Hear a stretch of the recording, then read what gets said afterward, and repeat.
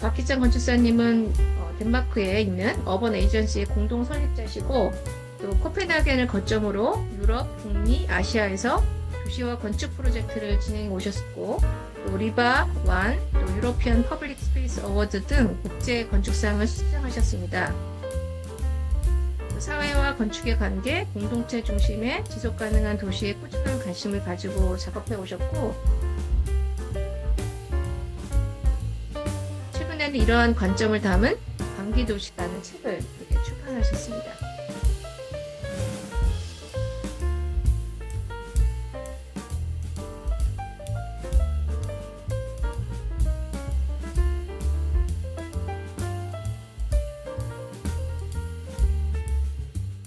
어, 일단 오늘 그 제가 말씀드린 내용은 자율적 주거 조직과 뭐 참여적인 일상이라는 주제로 말씀을 좀 드리려고 합니다. 그래서 오늘 어, 우연찮게 그 주서령 교수님을 뵙게 돼가지고 이렇게 시니어 주거에 대해서 말씀을 나누게 됐는데요.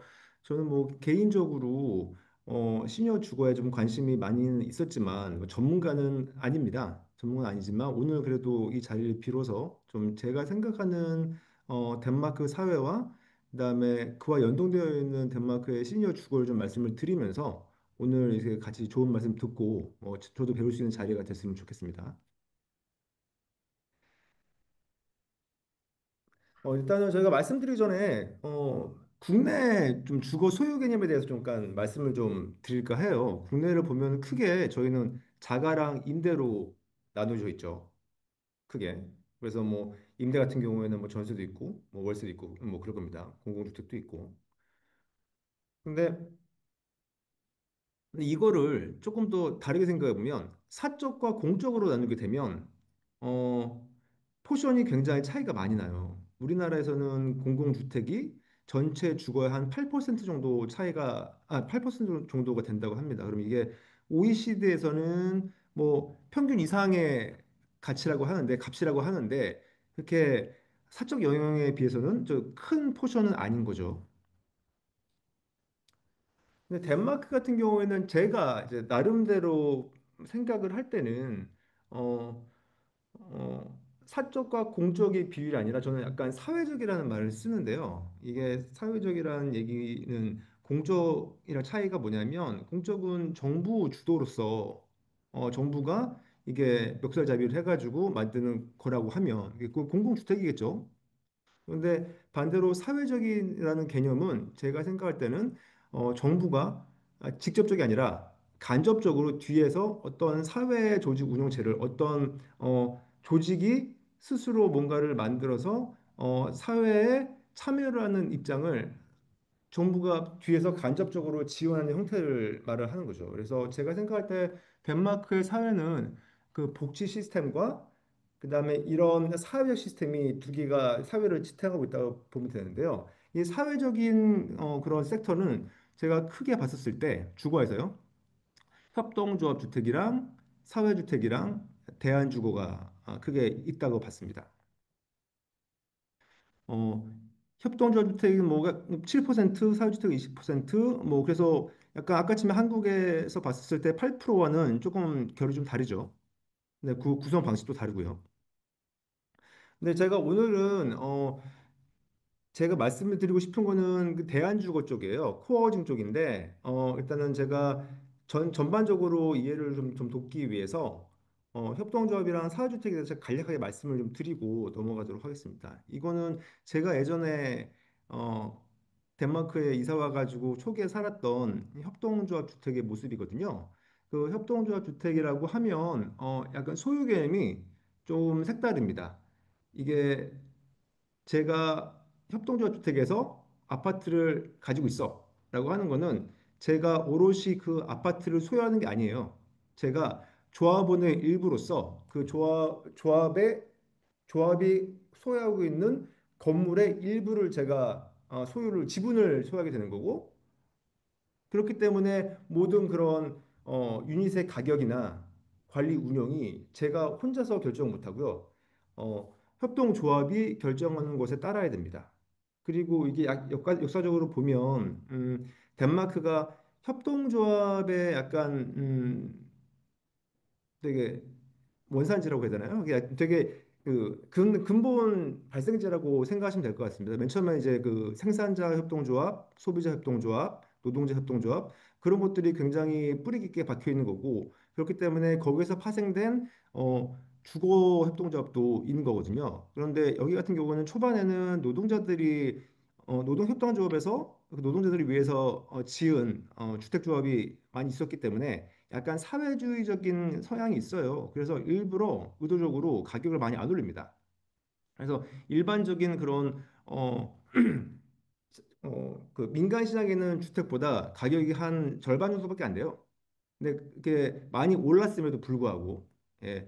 그래서 그런 것들은 이렇게 굉장히 젊은 부부나 학생들이 가장 이제 출발할 때 사회생활 출발할 때 살기 좋은 그런 환경을 가지고 있는 거죠. 그런데 그럼에도 불구하고 이것들이 지속적으로 운영을 하게 되기 위해서는 운영비가 되게 낮게 책정이 돼야 되는데 그런 운영비를 낮게 책정하는 방법으로서 사람들이 항상 모여서 회의를 하고 이렇게 정원이나 옥외 공간 같은 경우는 항상 같이 모여서 노동 일을 만들어서 같이 일을 하고 그런 과정을 통해 가지고 사람들이 좀 더 친밀해지고 알게 되고 네, 그런 일상적인 과정이 있게 됩니다. 이거 같은 경우는 사회주택인데요. 저희 회사에서 설계한 사회주택인데 사회주택이 보통 공공주택이랑 혼용돼서 쓰이기도 해요. 그런데 사회주택이랑 공공주택은 좀 많이 다른 거거든요. 예를 들면 우리나라 같이 LH가 주도해서 만드는 공공주택 같은 경우에는 정부가 이제 전폭적으로 이제 만들고 이제 관여를 직접적으로 한다고 하면 사회주택 같은 경우에는 사회주택이라는 비영리 회사가 민간 회사가 프로젝트를 만들게 됩니다. 그러면 정부에서는 그 뒤에서 그런 세제 혜택이라든가 아니면 융자라든가 그런 걸로 이제 간접 지원을 하게 되는 거죠. 덴마크에는 한 200여 군데 정도의 사회주택 회사가 있고요. 굉장히 활발하게 활동하고 있고 전체 주택에서 한 20% 정도의 20% 정도가 사회주택이니까 굉장히 좀 높은 수준이고 그게 유럽에서도 뭐 오스트리아나 네덜란드 그 다음에 세 번째 정도로 좀 양이 많은 걸로 알고 있어요. 근데 덴마크만이 가지고 있는 특성이 있거든요. 사회주택이 가지고 있는 특성이 뭐냐면 사회주택을 지원하는데 제한이 없습니다. 내가 백만장자여도 내가 사회주택에서 살고 싶으면 지원을 하고 그 다음에 받을 수가 있어요.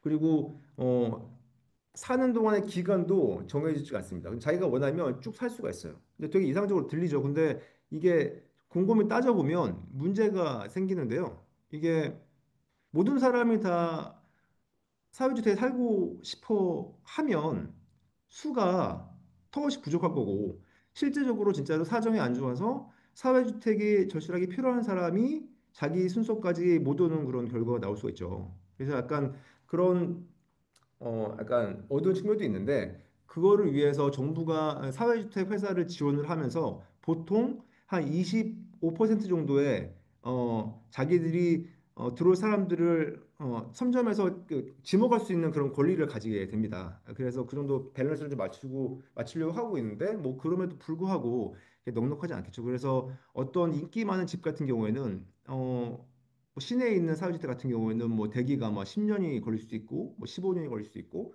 예, 뭐 그런다고 합니다. 근데 저희가 이 설계를 한 건물 같은 경우에는 한 40세대 정도가 되는 사유주택인데요. 유닛 타입이 여기서 좀 오신 분들 다 건축하시는 분들이신지 모르겠는데 그 세대 평형 그 타입이 한 20개가 돼요. 그러니 이게 우리나라에서는 조금 말이 안 되는 거잖아요. 우리나라는 균등하게 만들어서 사람들이 아무도 약간 조금 손해 보는 사람이 없게 균등하게 분배를 하는 게 좀 원칙이라고 하면 여기는 굉장히 유닛마다 굉장히 차이가 큽니다. 근데 그게 저희가 이렇게 유닛을 다르게 만들었던 이유는 어 코어의 숫자를 좀 줄여가지고 운영 자금을 좀 줄이려고 했고요. 그 다음에 보시면 아시겠지만 공중에 가로를 만들어가지고 여기서 사람들이 건물 위에서 약간 거리를 걷듯이 다니면서 사람들과 소통을 하고 뭐 그런 약간 접점을 만들려고 하는 계획이거든요. 근데 이런 게 가능했던 게 뭐냐면 사람들이 전반적으로 사회주택에 대한 선입견이 좀 많이 없어요. 왜냐하면 부자들도 사회주택에서 살 수 있는 거니까, 이거는 사회주택이면 형편이 좀 여의치 않으신 분들이 사는 곳이라는 관념보다는, 그러니까 아무나 들어갈 수 있는 모든 사람들을 위한 집이라는 개념이 있기 때문에 어느 정도의 그 퀄리티를 맞춰줘야 되는 부분이 있습니다. 그래서 보편적으로 주거 환경이 어느 정도 질이 유지가 돼야 된다는 약간 보편적인 그런 통념이 있고요. 또 그와 동시에 사회주택이 200여가 되다 보니까 나름대로 또 그들만의 또 경쟁이 눈에 보이지 않는 경쟁이 있거든요. 그러면서 약간 그 질에 대한 그런 고민도 더 있다라고 생각이 되어집니다. 좀 이렇게 이야기 좀 길었는데요. 그래서 오늘 제가 말씀을 좀 드리려고 하는 거는 대안주거 쪽이에요.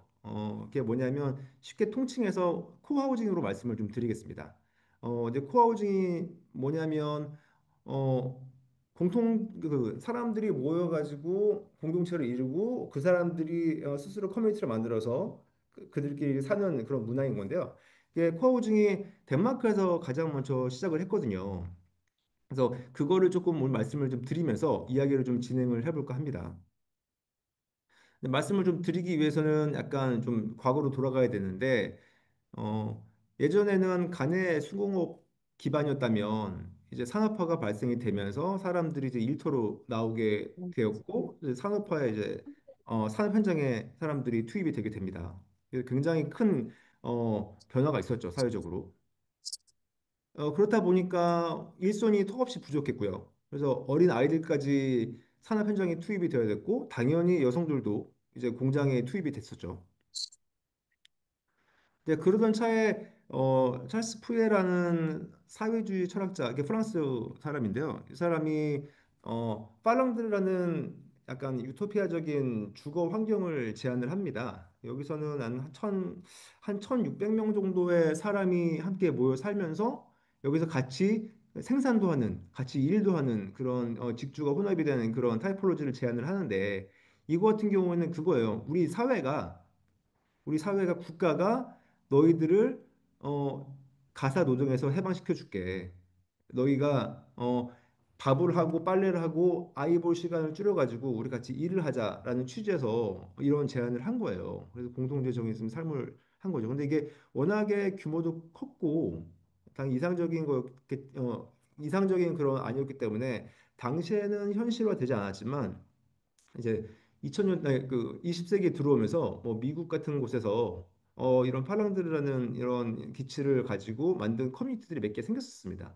근데 그게 오래 가진 못했다고 해요. 왜냐하면 초반은 되게 이상적으로 모든 사람들 다 평등하고 같이 모여서 일을 했는데 같이 이제 모여서 살았는데 있다 보니까 약간 뭐 어느 정도 그러니까 중간에 위계가 생기게 되어서 사람들이 거기서 약간 염증을 느끼고 좀 조직이 와야 됐다라고 이야기를 하더라고요. 그래서 그런 부분들이 있었습니다. 그런데 방금 말씀드렸던 파란들 같은 경우에는 사회주의적인 입장에서 제안이 된 거라면 같은 비슷한 시기에 정반대 자본주의의 극단에 있었던 런던에서 같은 컨셉의 주거 개념이 나와요. 그게 뭐냐면 퀸센스 맨션이라는 주거 타입인데 이거는 노동자들을 위한 주거가 아니라 최상층 계층의 사람들을 위한 주거였습니다. 이거 같은 경우에는 우리가 육아, 빨래, 그다음 식사 다 모든 걸 다 일처리해서 챙겨줄 테니까 당신들은 1층 이제 클럽에서 사교하고 이제 네트워크하고 그렇게 재밌게 살아라라는 거죠. 그래서 같은 그 가사 노동에서의 해방에 대한 컨셉으로 나눈 주거 환경인데 그 각각의 나라가 처한 이데올로기에 따라서 완전히 굉장히 다른 방식으로 변이가 된 거를 알 수가 있습니다. 그러면 그 사회주의와 자본주의 사이에 있는 덴마크나 북유럽 사회 같은 사회민주주의 국가에서는 어떤 식으로 좀 발전이 됐나 그게 좀 궁금한 거죠. 그래서 그걸 좀 살펴보면 덴마크 환경을 좀 보겠습니다. 덴마크에서는 여성 참여 활동이 뭐 꾸준히 높은 나라이고요. 그다음에 최근에 총리도 2명이 나왔고 뭐 그렇습니다. 근데 일단은 어, 다들 아시겠지만 들어서 아시겠지만 덴마크는 가장 높은 세금을 매기는 나라로 좀 유명하잖아요. 근데 그게 그렇기 때문에 그 나라의 이 나라의 복지가 유지가 될 수 있을 텐데요. 근데 이걸 유심히 좀 꼼꼼히 바라보면 이게 그 결국 결론적으로는 제 생각에는 어 남자 여자 둘 다 나가서 일을 하라는 거예요. 아까 전에 제가 말씀드렸던 팔런드랑 좀 비슷한 건데요. 우리가 최단으로 너희가 육아의 부담 뭐 그런 것들을 사회적으로 최단으로 줄여줄 테니까 둘 다 나가서 일을 하라는 겁니다. 왜냐하면 덴마크 같은 경우에는 인구가 작기 때문에 절대적인 산업에 참여할 수 있는 인구가 적어요. 그렇기 때문에 최단으로 산업에 참여할 수 있는 인구를 많이 늘려야지 이제 그 정부의 경제 덩어리가 커지게 되는 거죠. 그래서 이거를 텍스 시스템을 보면 또 재밌습니다. 어, 덴마크에서 굉장히 돈을 많이 버는 남자가 있고요. 거기서 부인이 만약에 일을 안 한다. 그러면 탑스캣이라는 누진세가 엄청나게 세기 때문에 똑같은 돈을 버는 근데 적게 버는 두 사람이 내는 세금보다 훨씬 더 많이 내게 되는 거예요. 그러면 한 사람이 돈을 많이 벌어도 크게 생활 유지가 안 되는 겁니다. 그러니까 둘 다 나가서 어쩔 수 없이 일을 해야 되는 그런 구조인 거예요. 그래서 그러다 보니까 이런 맞벌이 부부가 당연히 보편화돼 있고 당연히 덴마크에서도 이제 그런 가정 가사 노동에 대해서 다시 생각해 볼 수 있는 그런 주거 환경이 모델이 제한이 되게 됩니다. 그런데 이것도 오래 가지 못했어요. 왜냐하면 이거 같은 경우에는 뭐 최상급을 위한 최상류를 위한 것도 아니고 완전히 그 노동자를 위한 것도 아니고 약간 미들 클래스를 위한 그런 주거였는데 사람들이 금방 이 서비스에 실증이 난 거예요. 왜냐하면 이게 항상 서비스라는 게 탑다운식으로 서비스를 제공하는 주체가 있고 그걸 받는 사람이 있잖아요. 그 받는 사람 입장에서는 그 서비스가 좀 시간이 지나되면 금방 질리게 되는 거고 그러면 다른 서비스를 요구하게 되면 당연히 거기에 따른 운영비가 올라갈 거잖아요. 그러면 당연히 그것도 싫은 거죠. 그러니까 이게 이런 상향 탑다운 방식의 모델이 지속 가능하지 않은 거예요. 그래서 이것도 10년이 안 돼가지고 부도가 났습니다. 이 집도. 예. 그래서 뭐 이런 과정을 좀 겪다가 이제 68년 와가지고 프랑스에서 68 혁명이 시작되면서 기존 사회 불만을 가지고 있던 젊은 사람들이 거리로 나오게 돼서 뭐 항쟁도 하고 뭐 그렇게 있는 되게 복잡한 시대였는데 또 그와 동시에 완전히 사회와 완전히 자기들을 괴리를 시킨 히피들의 문화도 생겼죠. 그래서 그 히피들이 모여 사는 거를 뭐 코뮌이나 뭐 컬렉티브라고 많이 부르잖아요. 어, 그런데 재밌는 게 일단 그 커뮤니의 이제 본산지는 미국일 겁니다. 그래서 미국이고 굉장히 그때 굉장히 많이 보급이 됐는데 비공식적으로 1970년도 당시에 미국에 있던 그 커뮤니의 개수가 한 3천 개에서 7천 개 그 사이였다고 해요. 비공식적으로. 근데 그 당시에 덴마크에서 있었던 터문의 숫자가 800개에서 한 1,500개가 되었다고 합니다. 그러니까 인구수가 미국이 한 50배가 많거든요. 덴마크보다. 그러니까 1인당 그 커뮤니 있었던 비율이 엄청 높은 거죠, 덴마크가. 제가 생각에는 아마 전 세계에서 가장 높을 것 같은데, 그러니까 계산을 해보면 한 전체 인구의 한 1% 정도가 커뮤니에서 살았다는 거거든요. 그러니까 뭔가 있는 겁니다. 그들이 사는 방식에서 함께 엮여서 사는 뭔가 그 DNA가 있는 거예요. 그러니까 그렇게 많이 참여를 했겠죠. 근데 그러던 상황에서 근데 지금 덴마크도 그렇고 미국도 그렇고 기존에 있던 그런 커뮤 같은 건 다 와해가 됐습니다. 왜냐하면 그 당시에 이제 커뮤 같은 경우에는 미국이 좀 더 심했는데요. 미국 같은 경우에는 모든 사람들을 다 받아들였고 그다음에 거기서 또 네? 아닙니다. 네. 모든 사람 다 받아들였고 어떤 사람들은 일을 하고 어떤 사람들은 일 안 하고 그다음에 뭐 그런 프리섹스주의였기 때문에 뭐 아기가 낳는데 아빠가 누군지 모르고 사람들이 뭐 마약을 하고 막 그렇게 되니까 가운데서 그 내부에서 시기, 질투, 싸움 막 그러고 나서 이것도 지속하지 그냥 지속 가능하지 못하고 금방 이제 와해가 돼버린 거죠. 어, 네. 근데 덴마크에서 아직까지 남아있는 히피촌이 있어요. 이제 크리스찬이라고요. 어, 여기 같은 경우에는 어, 되게 재미있는 게 코펜하겐 한복판에 있습니다. 히비촌이. 그다음에 크기도 뭐 축구장에 뭐 저 약간 헷갈리는데 한 축구장에 한 30개인가 뭐 하여튼 50개인가 정도 들어가는 엄청나게 큰 규모거든요. 근데 이 크리스찬야는 지금 생긴 지가 50년이 지났는데 아직까지 커뮤니티가 그대로 유지가 되고 있어요. 근데 그 이유가 뭔가 좀 궁금한 거죠. 여기가 맨 처음에 생긴 이유는 여기가 미 그 해군 기지였는데 군기지였는데 2차 세계대전이 끝나면서 도시가 재편이 되면서 군부대 옮기면서 거기가 군부대가 비게 된 거예요. 근데 상대적으로 이제 그쪽에 근처에서 놀 데가 없었던 이제 그런 주민들이 아이들을 한 명씩 철조망을 뜯어가지고 애들을 이렇게 넣어가지고 놀린 거예요.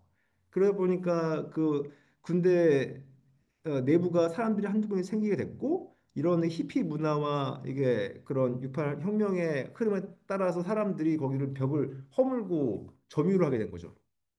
그래서 거기서 이제 그들만의 커뮤니티를 만들어서 사람들이 살게 됐는데 여기 같은 경우는 그래서 이들은 그들이 코펜하겐에서 살고 있다고 생각하지 않고요. 그렇기 때문에 이 사람들은 세금도 내지 않고 기본적인 수도랑 전기만 보급을 받고 있습니다. 근데 이거에 대해서 말씀드리면 너무 길어지니까 좀 이렇게 짜리 되면 이 사람들이 이렇게 길게 커뮤니티를 유지할 수 있었던 방식은 어, 기존의 히피와는 달랐습니다. 왜냐하면 이들은 맨 처음부터 그들만의 규약을 만들었거든요.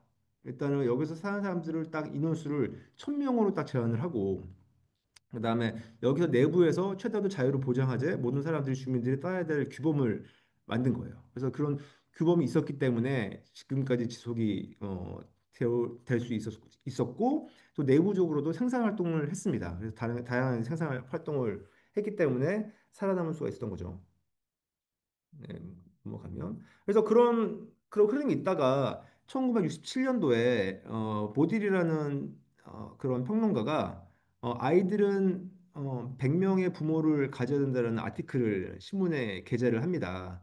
그게 뭐냐면 그 공동 육아에 대한 이야기를 한 거예요. 그래서 이게 굉장히 큰 사회 반향을 일으켰고 거기에 대해서 사람들이 동의하는 사람들이 많았고 또 규드만 호우라는 덴마크 건축가가 되게 젊은 24살의 건축가가 어 약간 The Missing Link Between Utopia and the 그러니까 그 단독주택과 유토피아의 사이 접점이라는 그런 아티클을 실어가지고 우리 한번 공동체를 만들어 보자라는 아티클을 신문에 게재를 하는 거예요. 그러니까 굉장히 또 반응이 좋아가지고 100명 이상의 사람들이 모이게 됩니다. 그래서 그 사람들이 이 구조의 호흡이랑 같이 만든 프로젝트가 두 개가 있는데요. 이제 그중에 하나가 스크랩 플래넷이라는 이런 공동체고 이 모델이 전 세계 최초의 코하우징의 모델이라고 생각하시면 될 것 같습니다.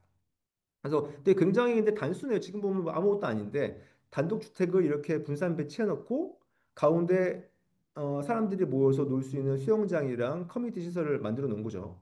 그런데 여기서는 이제 가장 중요한 거는 식사랑 그런 것들을 같이 하고 또 나름대로 규범을 만들어 가지고 사람들이 이제 지켜야 되는 룰을 이제 만들어서 아직까지도 잘 운영이 되고 있습니다.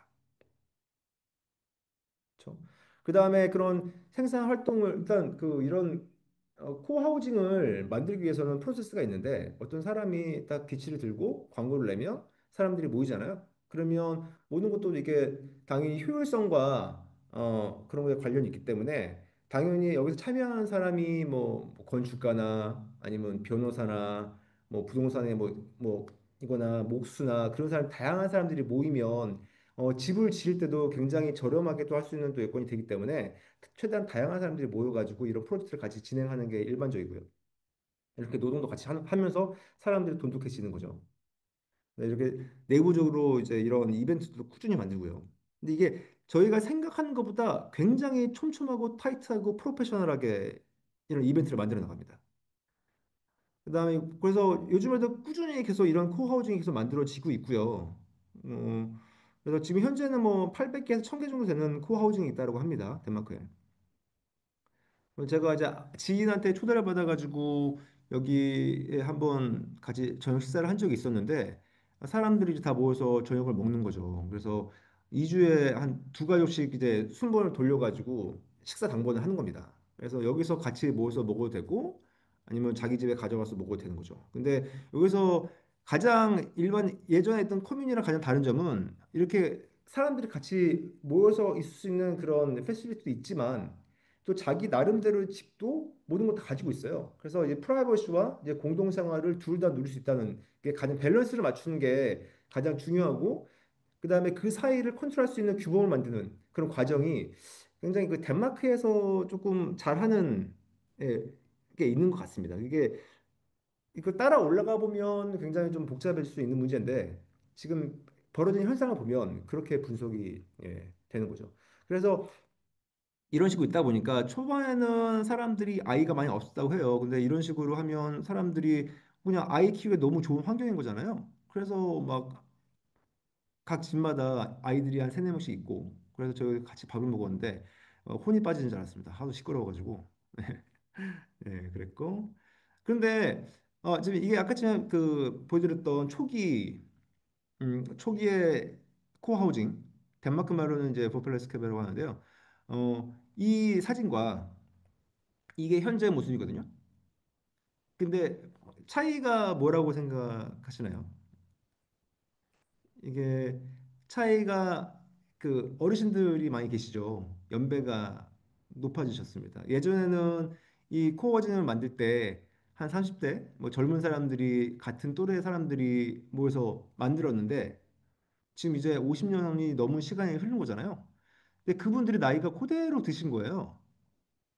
근데 이게 그러니까 제가 이제 이런 곳에 사시는 분들이랑 만나서 이야기를 해보면 삶의 만족도가 굉장히 높아가지고 한 번 들어오시면 안 나가요. 안 나가고 계속 쭉 사시는 거예요. 그렇다 보니까 이게 그대로 같이 늙어 가시는 겁니다. 근데 그게 당연히 근데 주거 환경은 시니어 하우스로 디자인된 게 아니기 때문에 뭐 베어리 프리나 뭐 그런 거랑 거리가 멀고 계단도 많고 그런데 뭐 불편하시지만 근데 그분들은 뭐 이거 계단 오르내리는 것도 뭐 운동이지 하면서 그렇게 살고 계시는데 이제 문제는 그거죠. 예전에는 이 커뮤니티를 운영을 하려면 참여를 해야 되잖아요. 활동하고 참여를 해야 되는데 일단 지금 연세들이 뭐 80이 다 넘어가시니까 이게 신체적으로 참여가 잘 안 되시는 거예요. 그래서 내부적으로 굉장히 위기의식을 느끼시는 거죠. 굉장히 이 공동체를 사랑하시고 그다음 아직까지도 굉장히 심지어는 매주 신문을 아직까지 발행을 하세요. 각 집마다 돌려요. 그래서 뭐 누구 생일이다 뭐 막 그런 식으로 유지 관리가 잘 되고 있음에도 불구하고 되게 위기감을 느끼시는 거죠. 왜냐하면 모든 사람이 나이가 들어가기 때문에 이런 육체적인 신체적인 물리적인 그런 커뮤니티 형성이 잘 안 되기 때문에 근데 그럼에도 불구하고 일단 아직까지 잘 유지가 되고 있고 그런데 이제 심지어는 이제 같이 살고 계시는 분들은 아이들은 다 떠나가고 독립하고 근데 또 배우자 중에 한 분은 돌아가셔가지고 그러면 이제 한 분만 남아 계시잖아요. 그런데 그 넓은 집에서 여기가 한 뭐 집 하나에 한 130제곱미터, 150제곱미터 정도 크기인데 거기서 혼자서 사시는 거예요. 근데 그게 이게 코하우징이 아니었다면 굉장히 힘든 일이죠. 근데 이게 코하우징에 있기 때문에 그게 나름대로 가능한 거죠. 왜냐하면 항상 주변에서 사람들이 이렇게 얽혀 있으니까 만약에 어떤 일이 있어도 바로바로 대처를 할 수 있는 거잖아요. 그렇기 때문에 그 유지가 되고 있는 거고 다행히도 그리고 최근에는 이제 젊은 사람들이 있긴 해요.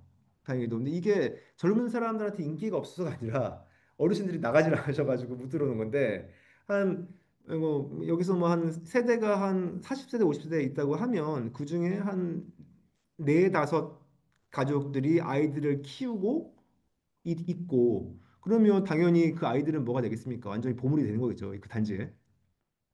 예. 그래서 그런 식의 밸런스를 좀 맞춰가고 있는 상황이라고 보시면 될 것 같고 제 생각에는 이런 그 시니어 코하우징 그러니까 코하우징인데 자연스럽게 나이를 먹어가면서 생긴 시니어 코하우징이 가장 좀 자연스러운 어, 어, 시니어 주거의 모습이 아닐까라는 게 저희의 생각입니다. 그래서 이거를 시니어 버플렉스 캡이라고 불러요. 부르고 그러면 일단은 조금 이제부터 시니어 주거에 대해서 좀 말씀을 좀 드리려고 하는데요. 시간이 벌써 40분이 지났습니다. 네. 어, 이게 그 코어워징 같은 경우에는 아까 말씀을 드렸고, 그래서 코어워징을 보면 크게 나눠서, 그러니까 패밀리 베이스에 있을 거고, 그 다음에 약간 특정 그룹, 뭐 아티스트나 아니면 그 친환경적인 그런 그 지향점을 가지고 있는 사람들이 모여 사는 게 있을 거고, 그 다음에 시니어가 있을 겁니다. 근데 그 재밌는 게 시니어 하우징이라는 그런 개념과 코어 하우징이라는 개념이 굉장히 어떻게 보면 상충되는 게 있거든요. 왜냐하면 시니어 하우징 같은 경우는 이제 일단 제도화 되어서 약간 탑다운식으로 어르신들을 뭔가 관리하고 복지로 다룬다라는 그런 개념이 있는 반면에 코 하우징 같은 경우에는 약간 좀 반정부적이고 수평적인 그런 하이라키에서 사회 협력적인 그런 구성을 가지고 있잖아요. 근데 두 개가 굉장히 다른 개념인데 이게 두 개가 떨어뜨린 게 아니라 이게 굉장히 잘 맞물려 가지고 잘 돌아가게 되는 그런 재미난 구성이 생기게 되는 거죠. 근데 여기서 잠깐 보면 다시 한번 이제 시니어 하우스의 그런 파생 과정을 살펴보면 19세기에는 일단은 그런 약자나 뭐 그다음에 약간 사회 부정자 아니면 뭐 고령자들을 약간 사회에서 격리를 하려고 하는 그런 흐름이 굉장히 셌습니다. 그래서 그런 사례도 몇 군데 있는데요. 이분 나이 드는 분들을 이렇게 격리를 해가지고 한데 모여 수용을 시켜가지고 뭐 작업을 시킨다거나 그런 식의 수용에 대한 개념으로 일단은 노인들을 공동으로 일단 관리를 했던 개념으로 시작을 했다고 생각이 되어져요. 그런데 시간이 좀 지나고 세계대전이 끝나고 각 나라에서 이런 복지라는 개념이 좀 더 뿌리 깊게 박히게 되면서 어르신들을 좀 돌봐야 된다라는 그 케어의 개념으로서 이 너싱홈 같은 게 이제 생기게 되는 거죠. 근데 시간이 좀 지나고 이제 70년대, 80년대 이제 68 혁명을 지나고 그런 거치 세대들이 만들어 놓은 코하우징에 대한 개념, 근데 공동체의 개념이 이제 시니어 주거와 굉장히 잘 맞는다라는 게 보편적으로 이제 사람들이 인식을 하게 되면서 어, 코하우징 개념의 시니어 리빙이 생기게 되는 거죠. 근데 그게 덴마크의 그런 일반적인 그 사회 시스템과 잘 얽혀 있기 때문에 이런 것들이 좀 더 잘 확대 보급이 빠르지 않았나라고 생각이 되어지는 거죠. 그래서 제가 생각했을 때는 이런 정리를 제가 해보자면 그런 격리 수용에 대한 개념이었다면 예전에는 그게 약간 돌봄의 케어 입장에서 같다라고 하면 지금의 시니어 리빙 같은 경우는 가장 중요한 게 가장 지속적으로 커뮤니티를 만들어 나가려면 제 생각에는 키포인트는 참여 유도라고 생각하거든요. 그게 어떠한 방식이 됐건 간에 사람들이 지속적으로 참여할 수 있도록 틀을 만들어주는 거. 이거를 강제하지 않으면서 간접적으로 자연스럽게 참여할 수 있는 그런 틀을 만들어주고 공간을 만들어주고 그런 시스템을 만들어주는 것이 가장 중요한 키포인트라고 생각합니다. 그리고 그게 더 건축하는 사람 입장에서 아니면 뭐 그런 정책을 만드는 사람 입장에서 그런 것들을 좀 유심히 살펴봐야 될 필요가 있다라고 생각을 하고 있습니다. 뭐 당연히 뭐 시니어 하우스 같은 경우에는 이용자에 따라서 여러 가지 분리를 구분을 해서도 생각을 할 수 있겠죠. 이게 약간 물리적으로 도움이 필요하신 분들이 이제 필요한 널싱홈이 있을 거고요. 그다음에 치매 환자분들을 위한 요양원도 있을 거고요. 그다음에 약간 액티브 하신 어르신들을 위해서 약간 도시명 주거가 있을 거고 뭐 교회형 주거가 있을 겁니다. 그리고 요즘에 최근에 많이 나오고 있는 게 제너레이션 믹스 타입인데요. 이거는 소셜 하우징이에요. 소셜 하우징인데 이거를 의도적으로 이렇게 세대를 엮어가지고 계획한 거고 제가 알기로는 교수님 덴마크 오셨을 때 오스에서 여기 보러 가시는 걸로 알고 있는데요. 네. 근데 아까쯤 제가 가장 오래된 코어징을 설명드리면서 말씀을 드린 게 그분들이 나이가 지금 많이 드셨고 이 커뮤니티의 지속 가능성에 대해서 굉장히 약간 높아심이 있으신데 어, 이게 나름대로 젊은 피가 수혈이 되면서 좀 안정감을 느끼시는 지금 과정에 있는 것 같아요. 지금 과도기인데 그래서 어, 코하우징 중에서도 처음 출발할 때부터 이게 비슷한 또래로 일부러 안 만들려고 하는 그런 현상도 있어요. 그래서 의도적으로 세대를 섞어가지고 코하우징을 만들면 장기적으로 봤을 때도 이게 오랫동안 지속이 가능하잖아요. 이게 갑자기 절벽이 생기는 게 아니라. 그래서 그런 세대를 믹싱을 하는 그런 방법도 참여를 유도하는 데 가장 또 좋은 효과적인 방법이지 않나라는 게 저희 생각입니다. 그래서 뭐 다시 이제 맨 처음에 제가 말씀드렸던 사적과 사회적인 그런 주거의 구분이 있었잖아요.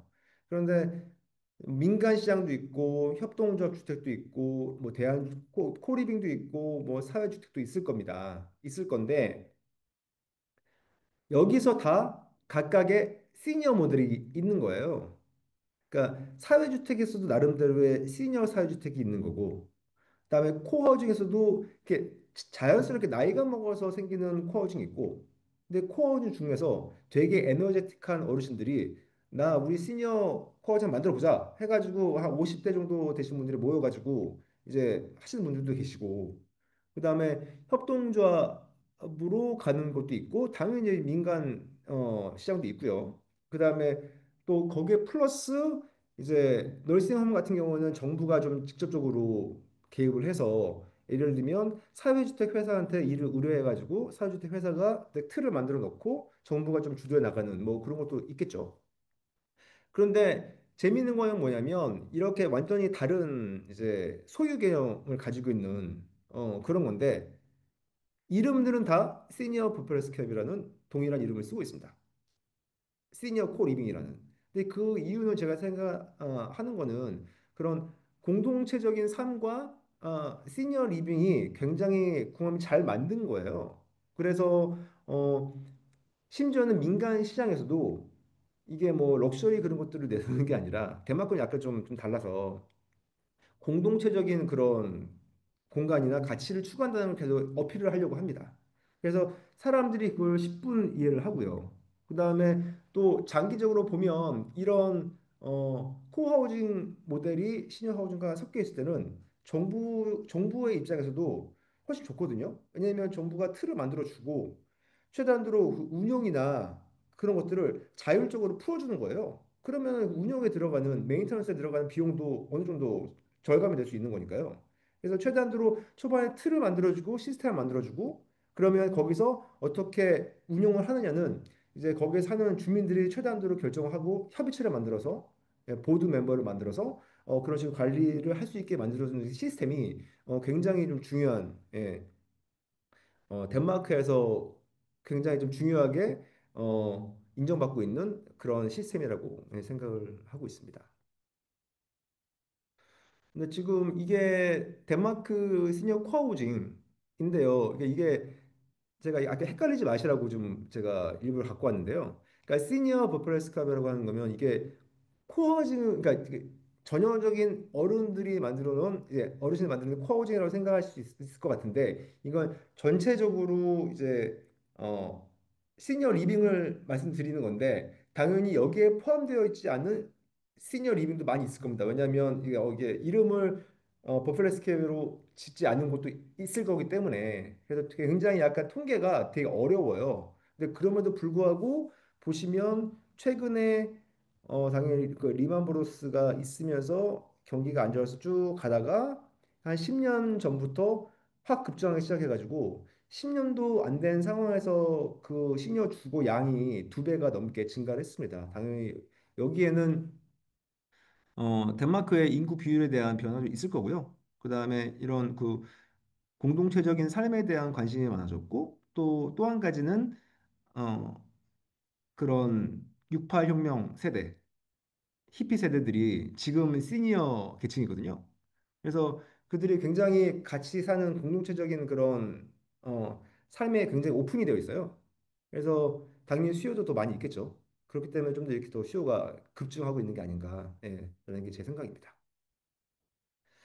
그래서 제가 아까쯤에 뭐 의도적으로 이렇게 역사에 대해서 잠깐 간략하게 좀 말씀드렸는데, 그래서 뭐 코아우징 모델은 저는 되게 좋다고 생각하거든요. 그래서 이게 굉장히 더 스터디를 해야 될 부분이라고 생각하고 그래서 여기 대해서 앞으로는 어떤 식으로 발전을 해야 될까? 당연히 여러 가지 그런 다양성도 있을 거고 시각도 있을 겁니다. 뭐 기술적인 부분도 있고 뭐 그렇겠죠. 근데 뭐 제가 생각할 때 건축을 하는 사람으로서 생각을 할 때 저는 개인적으로도 그렇고 제 작업에서도 그렇고 저희 작업에서도 그렇고 항상 그 사람들이 어, 우리가 만들어 놓은 공간에서 참여를 자연스럽게 강압적이지 않은 그런 틀에서 참여할 수 있는 거를 최대한 틀을 만들어주는 작업을 저는 저희 건축에서 굉장히 중요한 요소라고 생각하거든요.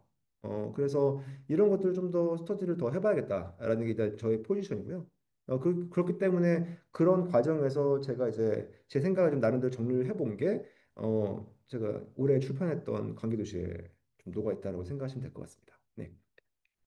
그래서 이런 관계랑 이제 참여 이런 것들을 유도하는 게 중요한 것 같아요. 또 특히나 지금은 이제 예전에는 시족 사회에서 핵가족을 좀 넘어왔는데 지금은 이제 극단적인 핵가족 사회잖아요. 이게 뭐 사람들이 독립하는 게 아니라 어르신들도 다 혼자서 따로 사시기 때문에 이제 독거노인도 굉장히 폭발적으로 증가하고 있고 자 극단적인 이제 이런 핵가족 사회가 진행이 되고 있는데 그럼 여기서 저희 생각할 때 제가 아까 말씀드렸던 계속 강조를 했던 참여라는 그런 의미가 어떻게 보면 되게 진부할 수 있잖아요. 근데 가면 갈수록 더 중요해질 수 있는 가치가 아닌가라는 게 생각을 하고 그래서 그런 것들을 계속 저는 작업할 때 생각을 하면서 작업을 하려고 하고 있습니다. 그래서 제가 한 프로젝트를 몇 가지를 좀 말씀을 좀 드리려고 하는데 좀 시간이 이미 끝난 것 같은데 네. 시간을 어떻게 배분을 하면 될까요? 아, 네. 전체 시간 한 1시간 반 정도 되니까요. 그냥 여유 있게 쭉 진행하시고, 네. 질문을 좀 네, 간단히 진행하도록 하겠습니다. 네, 충분히 시간 가지시면 되겠습니다. 네. 네. 그러니까 몇 개만 그러면 제가 작업을 소개해 드릴게요. 예. 근데 이게 네. 작업을 당연히 건축이라는 게 굉장히 복잡하잖아요. 그래서 어, 한 가지 요소만 가지고 건축을 풀 수는 없죠. 근데 이제 그렇게 복잡한 과정으로 만들어진 건축을 하나의 키워드로 설명은 하는 게 어느 정도 가능하다고 생각하거든요. 그래서 오늘 제가 이제 몇 가지 저희가 한 작업을 보여드릴 텐데요. 그 참여라는 그런 키워드를 가지고 좀 저희가 설명을 좀 드리도록 하겠습니다. 그래서 그 참여라는 게 당연히 아까 제가 말씀드렸듯이 어떤 공간에 사람들이 참여해서 서로 섞일 수 있는 그런 여지를 만들어주는 그런 건축도 있겠지만 그것뿐만이 아니라 저희 건축이 도시에 대한 참여하는 방식 그 다음에 저희가 만든 그런 도시가 전 세상에 참여하는 방식 그런 과정도 굉장히 좀 중요하다고 생각하거든요. 그래서 저희는 참여라는 키워드를 이렇게 딱 한정적으로 하는 게 아니라 전체적으로 건물과 도시가 만나는 방법 뭐 그런 거를 풀 때도 항상 생각하고 있습니다. 이걸 좀 하나씩 좀 말씀을 드릴 건데요. 뭐 일단 말씀을 드리기 전에 덴마크 프로젝트 하나 보여드릴게요. 여기가 코펜하겐이고 여기가 물길입니다. 이게 하버고 그래서 있는데 여기가 예전에 이런 모습이었어요. 이런 모습인데 어, 반대쪽은 이렇게 사람이 많은데 저희 사이트는 사람이 이렇게 없었거든요. 근데 그 이유가 뭐냐면 여기 앞에 있는 건물들이 그림자를 이렇게 들이우고 있는 거예요. 그래서 그럼 유럽 같은 경우는 특히 북유럽에서는 사람들이 해가 뜨면 일광욕을 해야 되는데 그늘이 있으면 일광욕 못 하잖아요. 그러니까 이쪽에 있을 이유가 없는 거예요. 그러니까 도시 공간에서 죽어버린 거죠. 여기가 시내와도 가까움에도 불구하고 사람들이 여기는 오지 않게 되었습니다. 그러다 보니까 시에서 이거를 조금 이쪽 도시 공간 살리고 싶은데 어떻게 하냐라고 이제 공모전이 나왔고 저희가 이제 작업을 하게 됐는데요. 이제 그 솔루션은 여기가 음, 여기 건물 앞땅이 이거 공공용지가 아니거든요. 이 앞에 있는 건물의 필지에 해당돼요. 그래서 시에서는 여기다가 이 땅에다가 뭘 하고 싶어도 못 하는 거죠. 그러니까 그러면 이거 못 하는데가 아니라 물은 우리 거니까 물 위에다 뭔가 해보자라고 이야기 된 거고. 그래서 이게 공모 요강이었어요. 뭔가를 만들어라. 그러니까 저희가 한 거는 되게 단순한데요. 사람들이 가장 많이 쓸 수 있는 시간에 해가 가장 많이 들 수 있는 공간을 면적을 확보를 해주는 겁니다. 그래서 이렇게 유선이 됐고 도시를 연결해 줘야 되니까 조직이 연결됐고 그래서 뭐 이런 식으로 시뮬레이션 해가지고 간 거고요. 그래서 뭐 빨리 말씀드리면 이런 식이 됐고 예전엔 사람이 없던 공간이었는데요. 여기만 사람이 많고 여기 사람이 없는 공간이었는데 제 지금 손바닥 보이십니까? 안 보이시나요? 아, 보이시나요? 네네. 그래서 양쪽에 사람들이 다 빠글빠글해지기 시작했어요. 그래서 근데 저희가 이거를 계획하면서 가장 약간 고려를 했던 게 뭐냐면 우리가 하나의 플랫폼을 만들어 주는데 도시의 플랫폼을 만들어 주는데 프로그램을 강제하지 말자라는 거였어요. 최대한도로 프로그램을 열어서 사람들이 여기서 쓸 수 있는 어, 아이디어를 만들어서 그들이 이 도시 공간에 참여할 수 있도록 하자라는 게 일단 출발점이었거든요. 그렇기 때문에 이렇게 뭐 여기서는 수영 못하게 하는 사람들이 뭐 다이빙 하고요. 뭐 일광욕 물론. 어, 어떤 사람은 이제 외주를 만들어 가지고 걸어 가지고 외주 타기를 하기도 하고 어떤 사람은 스케이트보드를 타고 내려서 다이빙도 하기도 하고 어떤 사람은 여기가 이게 카약 시설이거든요. 카약 시설인데 카약 이게 타고 미끄러 내려가는 미끄럼틀인데 여기서 높은 곳에 다이빙도 하기도 하고 그러니까 나름대로 사람들이 우리가 프로그램을 강제하지 않았기 때문에 사람들이 이 공간을 유동적으로 활용을 하고 이 공간에 참여를 하면서 개입을 하면서 자기만의 어떤 아이디어를 녹여낼 수가 있는 여지가 생길 수가 있다고 저희는 생각한 거죠.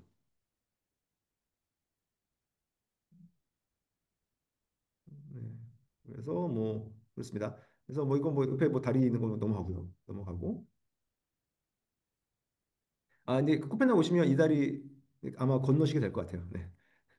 어, 그래서 일단은 어, 아까 이제 주택으로 이제 넘어갈 건데요. 오늘 제가 말씀드린 거는 이제 약간 그 소형 평형대 1인 주택이 좀 많이 있을 것 같습니다. 그래서 사이트는 제기동이고요. 고려대학교 바로 정문 앞에 있습니다. 앞에 있고 예전에는 이렇게 사진이 너무 잘 나왔는데 일단은 훨씬 더 이렇게 험악한 동네였어요. 왜냐하면 이유는 뭐냐면 여기가 그 재개발에 묶여가지고 완전히 동네가 폐허가 된 거예요. 왜냐하면 원주민들 다 떠나가고 여기가 언제 재개발이 될지 모르는 상황에서 사람들이 새롭게 집을 가꾸거나 할 이유가 없어진 거죠. 그래서 여기가 완전 황폐화됐거든요. 여기가 이쪽이 옛날에는 그 막걸리 골목으로 나름대로 사람들이 많이 다녔던 골목이었는데 사람이 다니지 않는 되게 밤길을 걷기가 무서워지는 그런 공간이 돼버렸어요. 그래서 결과적으로는 이제 서울시에서 그 재개발을 풀면서 해제가 되면서 이제 나름대로 이제 뭔가 조금씩 뭔가 생기기 시작했는데 저희가 운이 좋게도 이렇게 8분의 클라이언트가 하나의 이렇게 필지가 맞닿아 있는 길을 이렇게 커뮤니티가 만들어져 가지고 한번 같이 프로젝트 해보자라고 이야기가 됐고 저희가 마스터 아키텍으로 참여하게 돼서 일단 진행했는데요. 그러니까 이 집 같은 경우에는 필지가 너무 작아요. 뭐 20평 막 그렇거든요. 그러니까 이거를 단독으로 개발하려고 하면 뭐 아시겠지만 그 1조 사선 때문에 그 계획이 안 돼요. 너무 좁아가지고. 그래가지고 저희가 어떻게 했냐면 이걸 묶었습니다. 덩어리로. 그래서 이게 우리나라에서는 합병 건축이 거의 전무후무하거든요. 근데 이게 거의 뭐 최초이자 마지막 사례로 이야기가 되는데요. 왜냐하면 이게 과정이 너무 복잡하고 그래가지고 사람들이 이거를 이야기를 하는 과정을 들어보면 학을 띄고 안 한다고 할 정도로 엄청나게 복잡한 프로세스가 있는데 저희가 이거를 할 때 가장 중요했던 거는 그 주민들 간의 이 클라이언트 간의 합의점을 찾는 거였습니다. 왜냐면 이런 벽을 맞대는 과정, 그 다음에 이런 건물들을 어떻게 쪼개는지 과정, 그 다음에 우리가 품고 있는 길을 어떻게 만드는 과정, 그 다음에 그런 것들을 어떻게 운영하는 방식, 그걸 다 하나하나씩 다 협의를 통해서 거쳐서 만들어야 됐거든요. 시스템을 만들어야 됐거든요. 뭐 그래서 뭐 예를 들면 근데 그럼에도 불구하고 필지가 있고 있으니까 각각의 한 평생 모은 돈을 여기서 투자해서 이제 짓는 거니까 묻히면 안 되잖아요. 각각의 집을 좀 부각시키기 위해서 이제 지붕을 틀어가지고 약간씩의 이제 구분을 줬고 그래서 지금 여기 차가 있는데 협정 맺을 때 최단도로 1층에 상가거든요. 상가라서 그럼에도 불구하고 여기는 차를 대지 못하도록 하자. 라는 게 일단 저희가 만든 그런 규범 상여도 있었고요. 근데 이게 법적으로 말하면 여기가 하나가 다중주택으로 허가가 되어 있습니다. 이게 다세대 주택도 아니고요. 다중주택이라고 하면 일반 주택이랑 비슷하다고 보시면 될 것 같거든요. 그래서 이거는 일반 원룸처럼 주방이 방에 못 들어가요. 주방이 공용으로 있어야 됩니다. 그러니까 보통 일반 주택에서 부엌이 하나만 있는 것처럼 이 건물에 주방이 하나밖에 안 되는 거예요. 그러니까 일반 방이랑 화장실은 따로 배치가 되는데 이제 공용부가 하나 있어야 되는 거죠. 그러니까 자연스럽게 다중주택이라고 하면 코하우징의 개념이 들어가게 되는 겁니다. 그런데 이렇게 하나하나씩이 다 개별 건축주가 있잖아요. 그러니까 자기들의 생각하는 그런 건물의 운영 방식도 다 다른 거예요. 그러니까 내부의 그런 조직이나 시스템이나 건축 공간도 다 달라야 되는 거죠. 그래서 이거를 하면서 굉장히 재미있었지만 또 하나하나 또 다르게 다 만들어야 되는 게 굉장히 좀 어려운 부분이 있었고요. 음, 그래서 뭐 이런 식으로 됐고 이게 건물 보이시죠? 이런 식으로. 근데 굉장히 재미있는 건 뭐냐면 아까 말씀드렸듯이 각각의 집들마다 운영하는 방식이 다 다르잖아요. 어떤 집은 층마다 조그맣게 사람들이 모여서 앉아서 놀 수 있는 그런 공간이 있는 반면에 뭐 이 집 같은 경우에는 그 하나의 공용 주방을 크게 어깨에 얹어버렸어요. 그러니까 그 공용 불을 어떻게 만드느냐에 따라서 내부적으로 학생들이 만들어내는 커뮤니티 방식이 달라지더라고요. 예를 들면 이 집 같은 경우에는 왕원이가 나와요. 왜냐하면 이게 그 공용 주방이 하나밖에 없다 보니까 사람들이 전부 다 모이게 되잖아요. 그러니까 왕원이가 나와가지고 등장해가지고 여러 가지 제안을 하고 나름대로의 시스템을 나름대로 만들어가요. 이게 조그맣더라도 그 공용시설이 층마다 있는 경우에는 그 커뮤니티가 층마다 또 이루어지더라고요. 그래서 이런 것들을 어떻게 저희가 구성함에 따라서 커뮤니티 방식이 바뀌는 과정을 보는 게 굉장히 되게 소중하고 중요한 경험이었습니다. 재미도 있었고요. 그래서 뭐 이런 식이고 그래서 공용부도 다 달라요. 디자인도 뭐 공용 주방도 있고 뭐 그렇습니다. 그래서 넘어가고. 그다음에 그 주서령 교수님이 그때 메일을 보내주셨을 때, 네, 답사를 하고자 하시는 것 중에 네, 하나가 아고라 헤어라는 시니어 네, 네, 주거였거든요. 그래서 네. 이게 저희가 좀 관련이 있다고 그때 말씀을 드리긴 했는데, 이게 뭐 약간은 좀 뭐 그런 얘기긴 하지만, 일단은 저희 왜 관련이 있냐면, 이거를 이제 했던 설계 사무실이 그만하게 되면서 저희가 그 회사를 인수를 했어요. 그래서 저희가 인수했던 그 시점에서 이 아고라 헤어가 이제 거의 이제 공사가 되고 있던 시점이었거든요. 예. 그래서 뭐 저희가 뭐 관련이 있다라고 말씀을 드리고 여기서 한번 좀 설명을 좀 드리려고 준비를 했습니다. 이게 뭐냐면요. 디벨로퍼가 민간 개발인데 디벨로퍼가 시니어 리빙 시니어 코 하우징 모델을 만들고 싶어. 라고 이야기했고 그런데 이거를 우리는 덴마크 전역에다 다 뿌릴 거야. 음, 그런데 이거를 뿌리기 위해서 하나의 그 타이포로지를 만들어 줘. 라고 된 거죠. 그러니까 이렇게 하나의 타이포를 만들어서 이거를 모든 걸 다 모듈화 시켜가지고 전국에 다 뿌리겠다는 거죠. 그러니까 저희가 맨 처음에 작업을 했었을 때는 뭐 저희는 아니죠. 네. 작업했었을 때는 이게 건물을 만드는 것도 있었지만 이걸 모든 걸 다 모듈화 시키는 작업이 굉장히 중요했던 거죠. 뭐 그런 구조나 환기 시스템, 방 뭐 만드는 거 뭐부터 시작해가지고 벽지 같은 것도 다 일괄적으로 사이즈를 통일해가지고 최단으로 찍어가지고 최대한 빨리 조립해서 만들 수 있게 그런 식의 어, 건축 계획 과정을 가지고 있는 거였습니다. 그래서 처음에는 하나로 시작했다가 이렇게 많이 생기게 된 거죠. 많이 생기게 된 거고.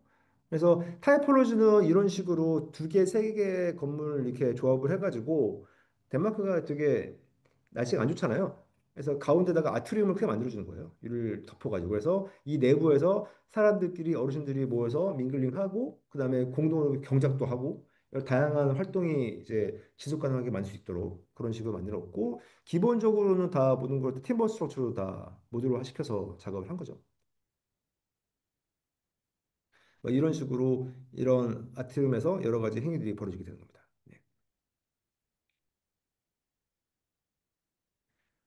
그래서 이런 식으로 해서 그러니까 이런 것들이 모두 이 모듈화 시켜서 건물 배치를 하고 그다음에 땅에 따라서 그 건물의 배치는 다 다르겠죠. 그래서 이거를 하나의 시스템으로 아트리움을 유리를 덮어줘가지고 이제 하나의 프로젝트를 완결하는 예, 그런 과정이라고 보시면 될 것 같습니다.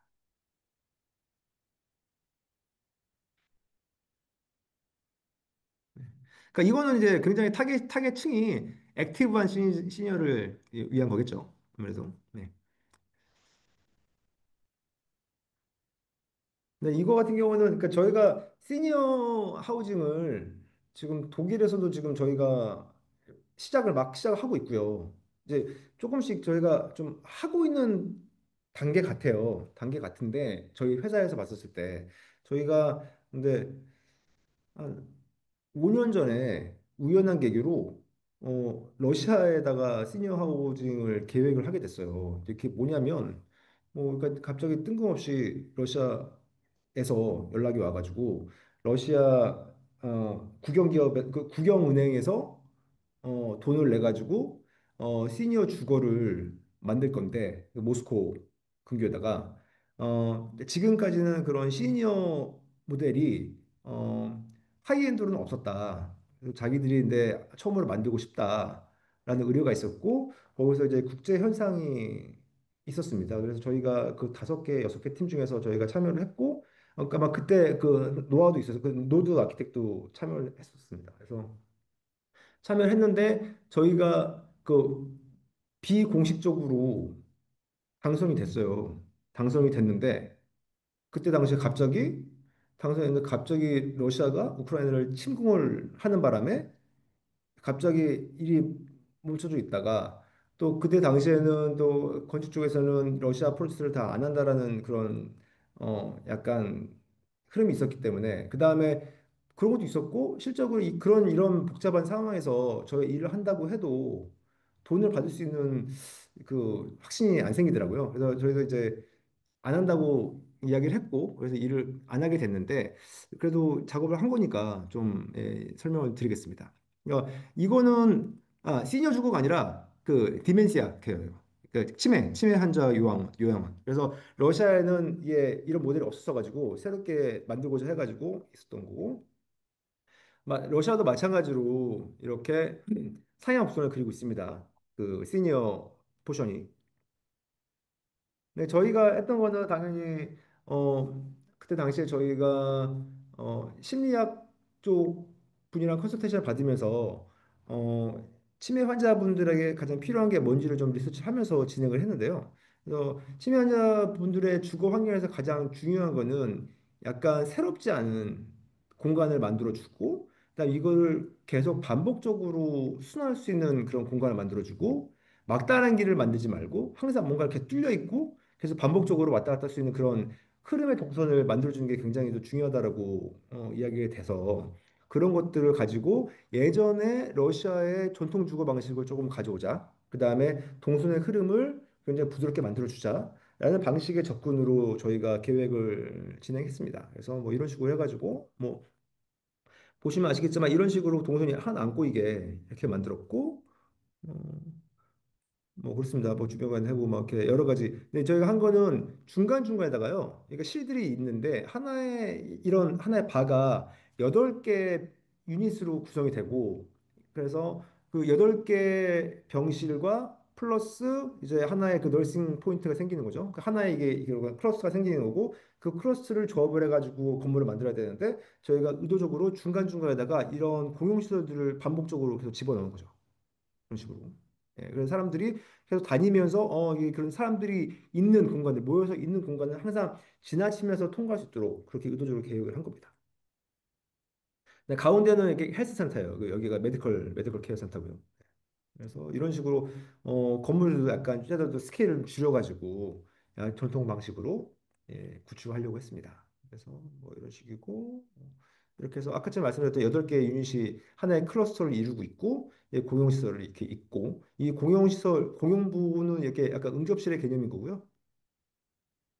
이런 식이 되어 있고 항상 중정 같은 데 열려 있고요. 그래서 중정에 들어오면 사람들이 이렇게 길을 잊어버리지 않고 항상 이 안에서 좀 편안하게 쉴 수 있는 그런 공간이 생기는 거고요. 그 다음에 그 사이사이에는 이런 공용부, 이런 클러스터와 클러스터를 연결하는 공용부를 계획을 했습니다. 여기는 이제 가운데 이제 그 메디컬 쪽이고요. 그렇습니다.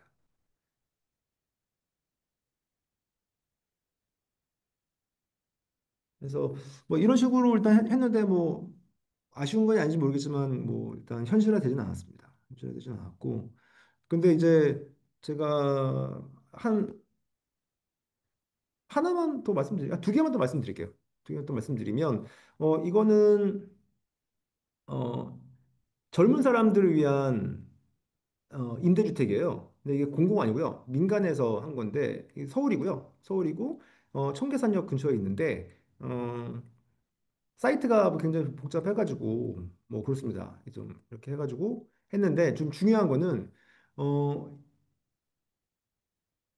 이런 마이크로 아파트먼트가 있는 이거 오피스텔이죠. 오피스텔인데 이런 경우에는 부대 시설이 항상 들어가긴 하잖아요. 근데 보통 일반적으로 부대 시설이 항상 지하로 들어가게 됩니다. 왜냐하면 지상에는 사람들한테 팔아먹을 수 있는 아파트를 만들어야 되니까. 근데 저희가 하고 싶었던 거는 이 공용부에 대해서 커뮤니티 하우스에 대해서 좀 생각 좀 다시 해보고 싶었어요. 왜냐하면 항상 들어가는 게 지하로 들어가게 되면 사람들이 약간 시선이 멀어지기 때문에 좀 덜 사용하게 되고 그 다음에 덜 사용하게 되면 괜히 내려가면 되게 뻘쭘해져서 더 안 가게 되고 그렇게 되면 좀 음침해지기도 하고 그러니까 굉장히 사용을 안 하게 되잖아요. 근데 당연히 요즘 최근에는 굉장히 뭐 하이엔드 주거 회사 해가지고 고용부를 굉장히 지원도 많이 하고 관리 잘하고 그렇게 하면 되겠지만 일단은 일반 젊은 사람들이 사는 곳에서 관리나 그런 것들이 쉽지가 않은 게 사실이지 않습니까? 그래서 이거를 저희는 좀 지상으로 끌어올려가지고 밸런스를 좀 맞추는 작업을 하고 싶었는데 저희가 가장 깊은 코너에다가 가장 조그만 사이즈로 어, 층마다 커뮤니티 하우스를 얹어가지고 적층을 시켜가지고 이걸 한 데서 동선을 엮어버렸어요. 그러니까 그래서 뭐 도서관이라든가 뭐 조그만 파티룸이라든가 이런 것들을 또 엮어버린 거죠. 네, 그렇게 하다 보니까 장점이 뭐냐면 오피스텔을 딱 상상해 보시면 가장 먼저 드는 생각이 기나긴 복도에 창문은 복도 끝에 조그맣게 있고 이제 문들이 막 이렇게 나열돼 있고 약간 되게 건조하고 재미없고 약간 조금 스산한 그런 기운이 느껴지시잖아요. 근데 저희가 그 한 복판에다가 이런 고용부 시설을 만들었고 그럼 사람들 항상 거기서 나와가지고 자기 집 들어갈 때 항상 이 고용부를 거쳐서 지나가는 거잖아요. 그러면 사람들의 눈에 또 많이 띄니까 사람들이 더 사용을 많이 하게 되고 그다음에 또 이쪽에서 빛이 또 떨어지거든요. 이렇게 중정에서. 그래서 여기가 일부러 저희가 통창을 만들어 가지고 통창에서 들어온 빛을 복도까지 유입을 시킬 수 있게 계획을 했습니다. 그러니까 복도도 밝아지고요. 그러니까 사람들이 또 사용하게 되면 더 사용하게 되고 뭐 그런 이제 약간 좀 좋은 쪽으로 순환이 되게 되는 거죠. 그래서 저희가 맨 처음에 생각했었을 때 가장 중요한 게 이 공간을 좀 액티베이트 시키려면 프로그램이 제일 중요하다고 생각을 했고 건축한테 그래서 초반에는 프로그램을 좀 잘 짜서 관리해달라고 계속 부탁을 했었는데 초반에는 그렇게 해가지고 꽃꽂이 수업도 하고 막 요가도 하고 막 그랬대요. 근데 시간이 좀 지나다 보니까 주변에서 이 건물에 소문을 들은 거예요. 그래서 내가 요가 선생님이면 내가 여기 와서 좀 강의 좀 해도 되겠냐라고 반대로 와가지고 참여 의사를 밝힌다는 거죠. 그래서 아직까지도 굉장히 참여도가 굉장히 높고, 예, 그래서 사는 분들도 굉장히 만족도가 높은 곳이라고 저는 알고 있습니다. 네. 그래서 뭐 건물이 특이한 것보다 이게 가장 중요한 거죠. 그래서 이렇게 해서 이게 통창으로 중국에 들어와가지고 빛이 안까지 들어가는 거고요. 그 사진 카메라가 광각이라서 그렇지 그렇게 공간이 크진 않아요.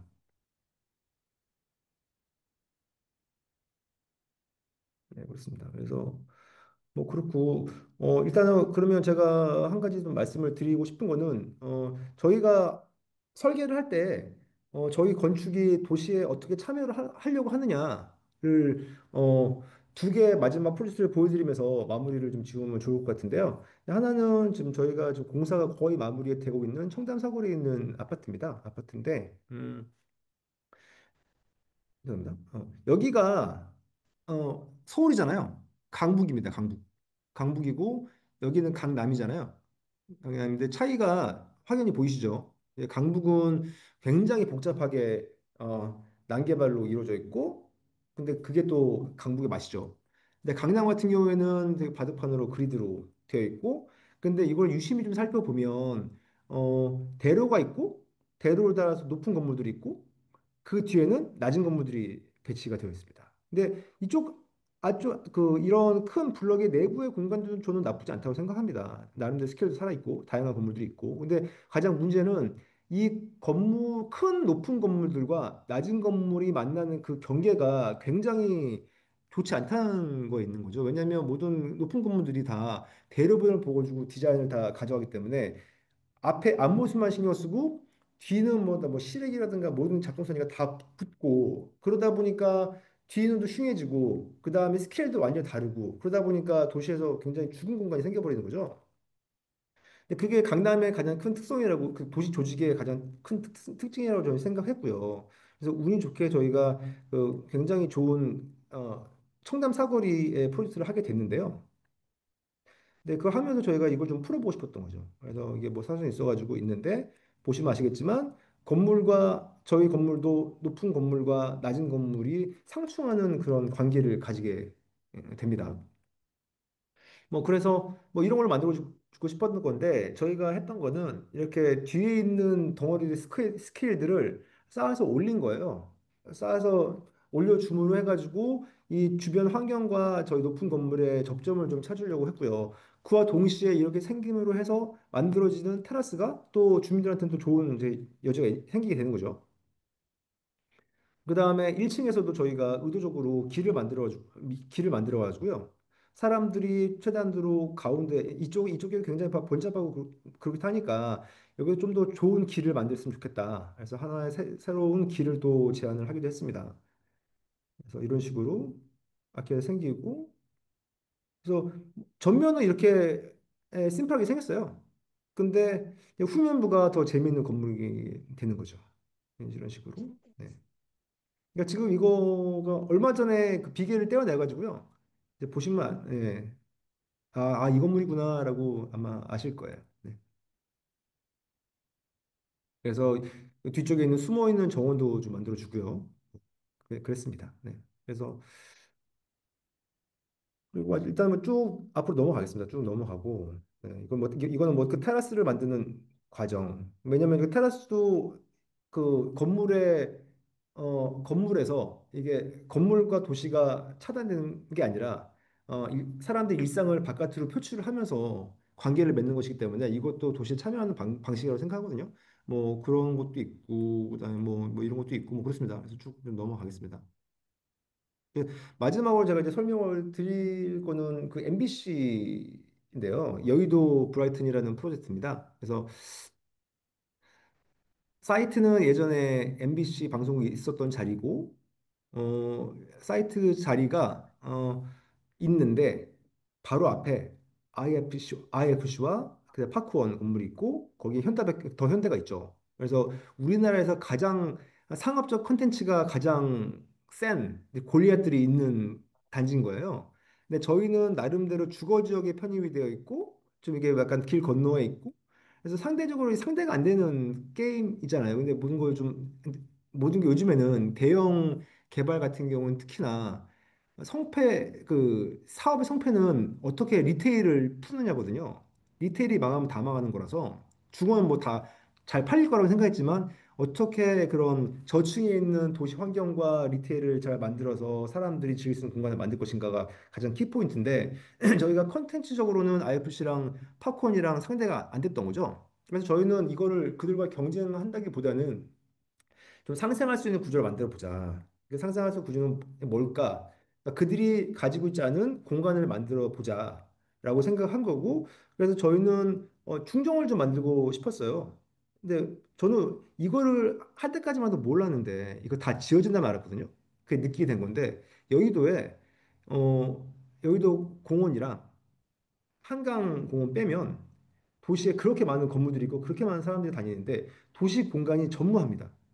왜냐하면 모든 건물들이 높은 건물들이 대로변을 따라서 쭉 따라 있고 그렇기 때문에 사람들이 앉아서 커피를 마실 수 있는 공간 자체가 전혀 없는 거예요. 그래서 저희는 나중에 알게 됐지만 일단 그런 공간을 좀 만들게 됐습니다. 그래서 뭐 저희가 맨 처음 한 거는 이제 건물을 40로 틀어가지고 이렇게 되면서 왜냐면 여의도가 다 건물들이 다 길을 따라 쭉 있거든요. 그러니까 사이 공간이 없는 거예요. 길 빼고는. 근데 저희는 이걸 건물을 40으로 틀면서 이런 삼각형의 사이 공간이 생기죠. 그래서 이런 공간을 도시와 접점으로 만들 수가 있었고요. 그래서 저는 이 건물을 설명을 할 때, 저희는 건물 인면을 디자인한 게 아니라 이 공간을 인면으로 만들었다라고 저는 설명을 하거든요. 당연히 이게 뭐 이런 간섭이라든가 뷰라든가 그런 거에서도 연유가 된 거지만 그런 걸 파급력 걸어서 도시 공간을 더 풍성하게 만들 수 있는 장점이 있는 거죠. 예, 뭐 그랬고 그다음에 이게 축이 돌아가다 보니까 대각선을 가질 수 있는 여지가 있어가지고 만들어 주는데 이런 식으로 약간 지면을 낮춰가지고 고층계획을 건물을 계획을 할 때 가장 중요한 게 지면에서 편안한 공간을 만들어 주기가 힘들거든요. 왜냐하면 그 건물풍이라고요. 이 바람이 건물을 때리면서 바람이 하강을 하게 됩니다. 그러면 1층에서 소용돌이가 돌게 되는데 저희가 그거를 좀 피하기 위해서 의도적으로 약간 레벨을 낮춰가지고 썬큰을 만들어서 광장을 만들어준 거죠. 그래서 소음도 좀 차단이 되고요. 그다음에 저희가 의도적으로 이게 현상 때 했던 계획인데 좀 많이 바뀌었습니다. 바뀐 그 디자인이 이게 물소리를 저희가 수변공간을 일부러 넣어가지고 이 소리가 물소리가 이 바깥에 있는 차량의 소음을 조금 상쇄를 시키고자 했어요. 그다음에 거기서 이제 침상으로 이제 밑에 있기 때문에 소음이 좀 상대적으로 많이 이제 차폐가 되는 거죠. 바람도 마찬가지고. 그래서 뭐 건물도 건물이지만 이렇게 저희가 나름대로 도시의 건축으로서 참여하는 입장에서 여의도에서 가지고 있지 않던 사람들이 앉아서 점심시간에 앉아서 커피 마시고 도시락을 까먹을 수 있는 그런 공간을 좀 제공할 수 있었다는 자체가 저는 굉장히 좀 기쁘게 생각하고요. 그래서 뭐 저희가 이런 거 보면서 건축할 만하다라는 생각을 좀 하게 됐습니다. 네. 음.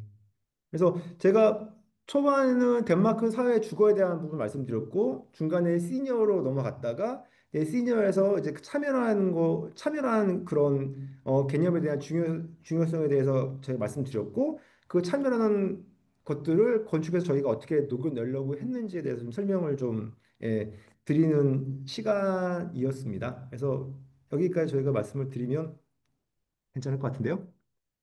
네, 네. 아유, 너무 수고 많으셨습니다. 네, 네. 박수 소리가 안 들리겠지만 그래도 네. 너무 감사하고요. 예, 기대 이상으로 어떤 덴마크의 짧은 시간이지만 어떤 덴마크의 역사부터 시작해서 예, 또 예, 어번 에이전시의 어떤 설계의 어떤 철학까지도 저희가 경험할 수 있었던 것 같고요. 제 말보다 오늘 지금 여기 들어와 계신 그 예, 분들이 굉장하신 분들이 좀 많이 들어와 계십니다. 그래서 네. 협동조합, 예, 많은 프로젝트를 하신, 예, 계획가도 계시고, 설계자도 계시고, 예, 아, 네. 네, 많은 분들이 들어와 계신데요. 궁금하신 게 많을 것 같아요. 그래서 좀 질문을, 예, 좀 받아볼까 하는데요. 네. 궁금하신 분, 예, 마이크 끄시고, 예, 질문해 주시면 좋겠습니다. 아니면은 댓글로 이렇게 올리셔도 괜찮을 것 같고요. 네. 저 질문 드리고 싶습니다. 혹시 잘 들리실까요? 예, 네, 예. 드립니다. 네. 아, 네. 저 먼저 일단 투하우징하고 커뮤니티에 관해서 요즘 엄청 관심을 가지고 스터디를 하고 있었던 터라 되게 많이 도움이 됐고 내용들도 다 인상 깊게 들었습니다. 들으면서 궁금했던 점은요. 한국에서는 덴마크나 뭐 일본의 잘된 이상적인 컬렉티브 하우징이나 아니면 코하우징하고 달리 조금 더 한 사람이 그냥 이익을 위해서 아니면 퍼디를 위해서 들어가는 경우가 많다고 생각을 하는데요. 예를 들면 뭐 맹그로브나 에피소드나 이런 좀 이익을 위해서 들어가는 경우가 많다고 생각을 하는데 그런 데에서도 커뮤니티가 활성화되기 위해서는 어떤 방법을 쓸 수 있을까라는 고민이 있는 것 같아요. 그런 대형 코하우징에서도 사람과 사람의 관계를 연결을 하려면. 그래서 혹시 이 부분에 대해서 어떤 방법이 있다고 생각을 하시는지를 먼저 여쭙고 싶습니다. 굉장히 어려운 질문이세요. 왜냐하면 뭐 네. 당연히 우리나라에서 이제 코하우징이라는 개념이 최근에 굉장히 이제 널리 알려졌고 거기에 대해서 사업도 많이 생기게 됐고 그다음에 건물들도 많이 생기게 됐고 또 새로운 시도도 많이 하고 있는 걸로 당연히 알고 있고요. 저도 나름대로 이렇게 관계자분들도 만나보기도 하고 막 그랬습니다. 저도 막 좀 이야기 좀 많이 들으려고요. 근데 이제 근데 굉장히 쉽지 않아요. 왜냐면 그러니까 이거는 그러니까 덴마크랑 한국 같은 경우에는 출발점부터 완전히 다른 거니까요. 덴마크는 그들끼리 모여서 같이 살아보자 해서 만든 과정이었고 어 서울 같은 경우, 한국 같은 경우에는 그런 주거에 대한 니즈를 발견한 사업체가 이거를 상품화 시켜서 좋은 그릇에 담아서 그걸 제공하려고 하는 거잖아요. 근데 출발 자체가 좀 다르긴 한데 근데 그럼에도 불구하고 일단은 당연히 공간은 워낙에 또 잘 만드시고 예, 뭐 다양한 시도가 있는 걸로 좀 잘 알고 있고요. 근데 그럼에도 불구하고 한 가지 조금 제가 더 있으면 좋지 않을까라고 생각한 거는 그런 주민들의 자가 조직체를 좀 더 활성화시킬 수 있는 플랫폼이 있다라고 하면 조금 더 끈끈해지지 않을까라는 게 저희 생각이에요. 왜냐하면 완전 다른 이야기는 한데요. 제가 아까 지금 제기동 아까 말씀을 드렸을 때 어, 처음에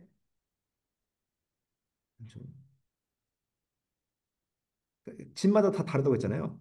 근데 집이 땅이 너무 좁아가지고 이 집 같은 경우에 이 집 같은 경우에 어, 각 방마다 화장실을 넣으면 이게 조합이 안 되는 땅이었어요. 그러니까 어떻게 했냐면 화장실을 하나를 두고 하나를 방 두 개를 공유하게 만들었거든요. 그 울며 겨자 먹기 이렇게 한 거예요. 아 이게 안 될 것 같은데 근데 안 나오니까 그렇게 했는데 실제적으로 처음에는 그 방에 안 나갔어요. 학생들이 안 들어왔어요. 근데 한번 들어오니까 사람들이 안 나가요. 왜냐하면 화장실 같이 쓰니까 더 사이가 긴밀해지는 거예요. 그래가지고 한 사람이 나가면 너무 좀 슬픈 거예요. 그러니까 왜냐면 이게 여기가 전부 다 학생들이거든요.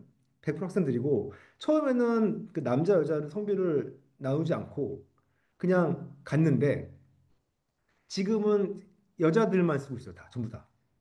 왜냐하면 이제 그 남자애들이 학생들이 그 여자 학생들의 등살에 못 이겨가지고 다 나와 있는 상황이고 그런데 이게 그뭐 농담이었고요. 하여튼 이게 그런 주거 방식이나 공간 방식에 대해서 커뮤니티를 지속시킬 수 있는 방식은 정말 다양하게 무궁무진하게 찾을 수 있을 것 같거든요. 당연히 건축이라는 게 재밌는 게 이게 같은 게 뭐 다 다르잖아요, 케이스가. 이걸 어떻게 퍼즐을 맞추냐의 시합인 건데 그럼에도 불구하고 그런 건 당연히 들어가겠지만 조금 더 주민들이 자기 목소리를 운영할 수 있는데 낼 수 있는 플랫폼이 더 있다고 하면 조금 더 그런 과정들이 좀 끈끈해지고 좀 지속이 좀 오래 가지 않을까라는 게 뭐 제가 이제 여기서 살면서 느끼는 것 중에 하나라고 생각이 듭니다. 네, 감사합니다. 감사합니다.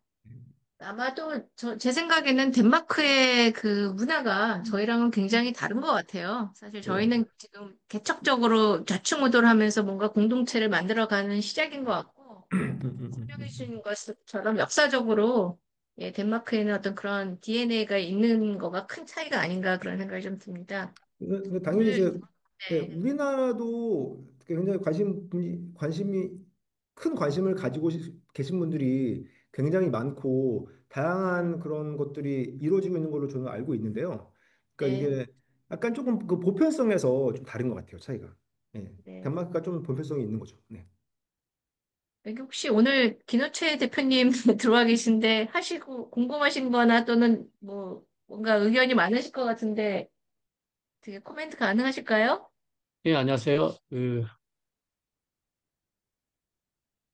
그 정부에서 그 코하우징 같은 거 할 때 지원책이 있는지 잘 궁금하고요, 현재.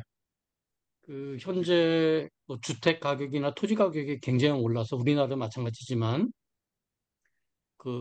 주택을 공급하는데 상당히 어려움이 있어요.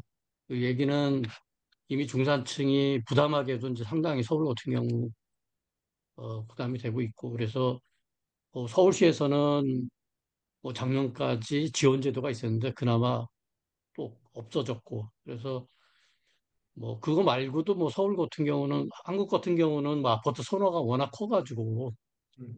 이런 소형 코하우징이나 이런 것에 대한 인기가 이제 어떤 재테크라는 그런 측면하고 이제 결합되다 보니까 상당히 선호도가 떨어지고 있는데 일단 덴마크나 이런 데는 뭐 그 아파트나 이런 문화는 아니니까 결국은 부동산 가격하고 관련돼 가지고 실제로 부담 능력하고 이제 문제가 될 것 같은데 이제 실제로 뭐 그쪽에도 그 코하우징이 좋아서 입주 의사를 밝히는 사람이 굉장히 많지만 이제 수요는 있지만 이제 공급이 그걸 따르지는 못해서 문제라고 생각되고 있는데 그거에 따른 어떤 정부 지원책이나 뭐 이런 것들이 있나요, 혹시? 그러니까 예전에는 아까 지금 코하우징의 정부 지원이라고 아까 질문을 주셨을 때는 시니어 말고 일반 코하우징 말씀을 하셨던 일반 코하우징에 아, 네. 뭐 솔직히 말씀드리면 지금은 단계는 좀 모르겠어요. 이제 어느 정도의 어떤 식의 지원이 있는지 모르겠는데, 코어증이 한 80년도, 70년도 그때 한참 많이 성행을 할 때는 정부에서 그런 세제나 아니면 융자 같은 쪽으로 지원이 많이 있었다고 저는 알고 있습니다. 왜냐하면 그때 당시에 주택 수요, 주택 수급이 좀 많이 부족해가지고요. 그래서 뭐 사회주택을 막 짓고 막 그럼에도 불구하고 이게 수요가 너무 많으니까 빨리 집을 만들어야 되는데 그 만들기 위해서 다양한 방법으로 약간 좀 폭넓게 지원을 해가지고 이게 대안적인 주거도 많이 좀 서포팅을 했던 걸로 알고 있고 근데 요즘 같은 경우는 제가 확실하게 어떻게 정확하게 지원이 되는지는 제가 아직은 잘 모를 것 같고요. 그냥 두 번째 질문이 그런 지금 시니어 주거에 대한 그런 사회 지원이었잖아요. 근데 그게 일단은 되게 다양한 방식을 가지고 있습니다. 뭐 예를 들면 여기가 덴마크라고 해서 모든 어르신들이 시니어 주택을 가려고 하시는 건 절대 아니고요. 보면은 뭐 약간 그런 분들이 약간 그런 쪽에 관심이 있으신 분만 많이 가시는 것 같아요. 당연히 그럼에도 불구하고 그 웨이팅 리스트가 있습니다.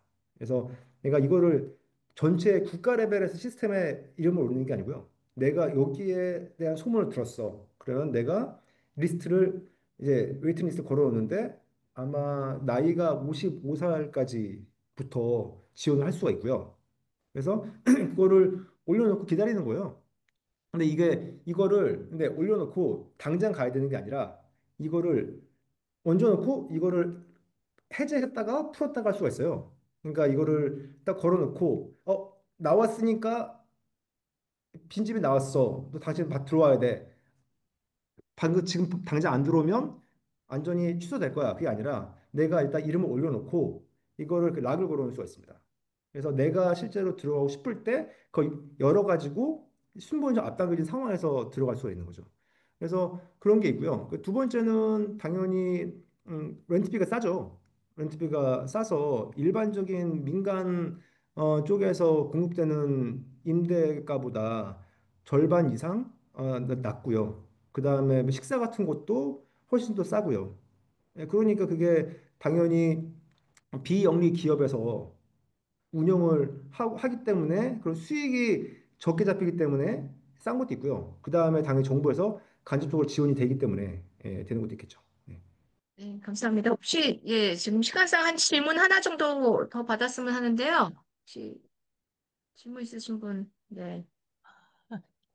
네, 네. 김도영 네. 교수님. 네. 네.